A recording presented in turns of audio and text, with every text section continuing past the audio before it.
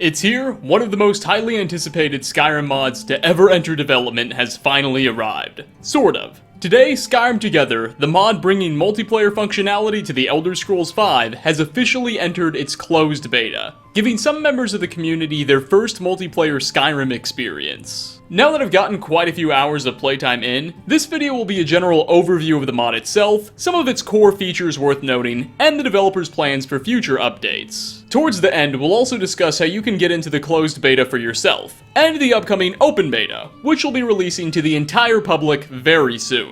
But without further ado, let's do further. Skyrim Together essentially strives to behave like you would expect a multiplayer Elder Scrolls V to, and getting started is incredibly easy. A lot of other mods that try to similarly introduce multiplayer functionality into other games are not user-friendly at all. They require players to download a number of third-party programs and do a lot of what could be intimidating configuration work, sometimes involving IPs and all sorts of things. Thankfully, Skyrim Together isn't like that at all. It's almost as easy as creating and joining Call of Duty games. All it requires is that players download the installer and start the game using its launcher, which can be configured to your mod manager, much like SKSE. Once you've loaded into a save, you'll notice toggleable displays revealing your ping.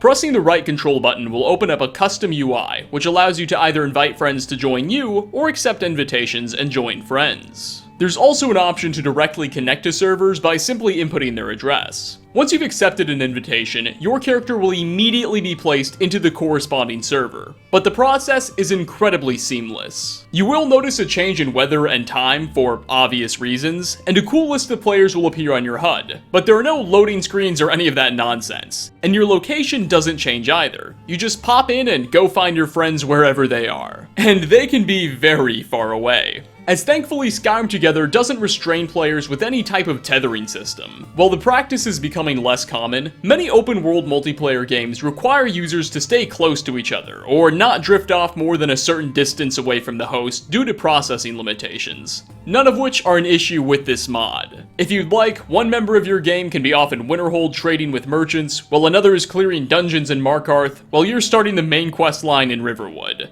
Though, the real fun to be had is with your buddies, of course. If you do feel the need to split up with your group or you want to meet up at a specific point, fast travel remains accessible and fully functional. Dungeons and levels also scale to your party. Say you enter Bleak Falls Barrow with 3 people, then 3 times the enemies can be expected at higher levels. This keeps the game from becoming too easy with all the Dragonborns running about. Furthermore, Skyrim Together is mod-friendly for the most part. You'll be able to keep your ENBs and retextures when you join a game. In fact, you should see some enabled on my screen, even if the other players don't have them installed. If you want to play another mod that doesn't just impact the game's looks, but instead adds in new lands or NPCs, like Beyond Skyrim Bruma for instance, with friends, all you need to do is ensure everyone in your lobby has it installed. Additionally, weapon and armor mods work in a similar way. Players can play with modded in equipment no matter what. But if you want everyone else to see that equipment in their game, they'll have to have the appropriate files downloaded. The only real third-party modifications you may run into some trouble with are the ones changing the game's scripts, like Finis. Though SKSE and SkyUI are just fine. In fact, they're recommended.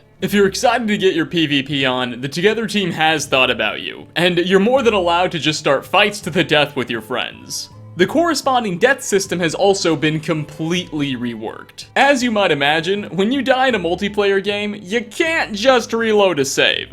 So, once your health bar has been depleted, a Dragonborn will enter a wounded state, where you can be revived by others. If no help comes, you'll respawn in at Whiterun's Temple of Kynareth. Factions, relationships, and bounties aren't linked either. So one player can be wanted in one hold while another isn't, or one Dovahkiin can be an Imperial while the guy they're traveling with is a Stormcloak. Truly, it's the definition of unity. Now, one big question I'm sure a lot of you are asking is how many people can fit into a single server?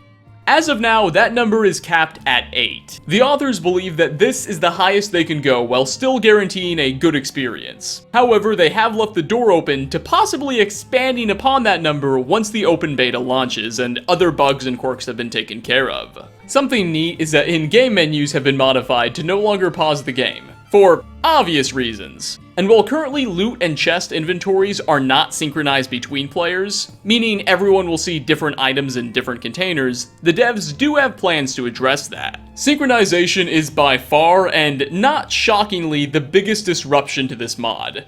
Being in a closed alpha state, this is by no means unexpected, but at the moment, it's the norm to watch players fight enemies you can't see on your own screen but they can on theirs, or just see people run around floating without any proper animations. The multiple characters thing also seems to have some funny effects on the AI. They don't perform their own animations as consistently, and they can become laughably confused when in combat. Another big point is that as of now, quests are unsynchronized. So if one member of your group or party or the host even gets a quest, not everyone else will, though the modders have already promised that's about to be fixed. Undeniably comedic at first, these issues do really make the whole game a bit difficult to play. Clearing a dungeon just isn't fun with your friends if the enemies you're fighting are appearing in different places or everybody is lagging behind. But again, these issues are expected to be addressed very soon, and the ones that aren't entirely fixed should improve considerably as the dev team plans to open tons more servers in the appropriate regions as release approaches. Presently, there's actually only a few servers being operated out of Germany. So me being an American, my synchronization problems were likely exaggerated somewhat as a result anyway. Regardless of technical complications, I find it just absolutely surreal to be able to look at another human character in this game. There's something remarkable about getting the chance to take this title on that's been single player for over 7 years now with someone else. And the simple fact that the modders were able to achieve that blows me away. I have no doubt that in due time, these issues will fade, and we're already getting a good glimpse at what multiplayer in Skyrim has always supposed to be. If you'll allow me to take some shots at Fallout 76 for a second here, and who am I kidding, of course you will, I think the type of multiplayer ST is striving to deliver is the one everybody most desires. Not an entire game where all NPCs have been removed and the story feels compromised, but instead just let us play these worlds that were certainly tailored for single player with a friend. And while don't get me wrong, Skyrim Together still has a long road ahead. It is at times the U word unplayable. This closed beta release has proven what Skyrim Together aims to achieve is in fact possible, and delivered upon one of my biggest dreams. Now, another big question. How do you start playing this mod? Well, at the time this video goes live, it's in a closed beta state, expected to last another week or two. Closed beta membership is available exclusively to Skyrim Together's patrons, both old and new, and other notable supporters. So to get in now, all you really have to do is become a patron. There's no minimum amount they're demanding you contribute. You can donate as little as $1 if you'd like, and once you've done so, you'll have access. Do keep in mind, the closed beta is only available for Skyrim Special Edition on PC. While the mod will eventually release for Oldrim, there have been a few issues encountered that the team wants to fix first. That all said, if you don't have any trouble waiting, the mod will enter an official open beta in about the next month or so, for the entire community to participate in. This open beta won't have a set time period. Instead, it will remain in the open beta stage, likely for a few months or longer, before seamlessly transitioning into a full release with no gap in playtime. The developers have stated that by the time the open beta is live, quest, container, and prop synchronization will be addressed. When it initially launches, all open beta servers will still be located in the EU.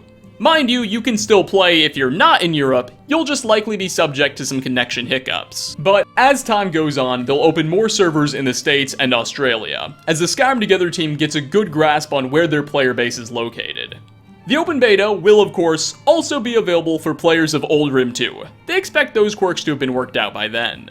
At the moment, there are no plans for specific VR support, nor can Skyrim Together be offered on the Xbox One or PlayStation 4 due to API and data limitations. But with all of that information out of the way, we are going to wrap up today's video. Thanks for stopping by, everyone. In the description down below, I will provide links to Skyrim Together's subreddit and Discord channels, where you can learn more about the project and how to join the closed beta if you're really interested. It's a great community, and I encourage you guys to take a look. There's also a number of helpful FAQs to answer any questions that this video may have missed, and if those FAQs don't cover it, then the community is always more than happy to help you out. Oh, I almost forgot to mention, when the open beta does go live for everybody, way, the announcement and download links will be posted on their Reddit and Discord first, as well as their website. It won't be posted on the Nexus. So if you want to play the open beta as soon as it comes out, or at all really, just join up now. Anyway guys, again, thanks for stopping by, and hope to catch you all in my next video. Peace out everyone.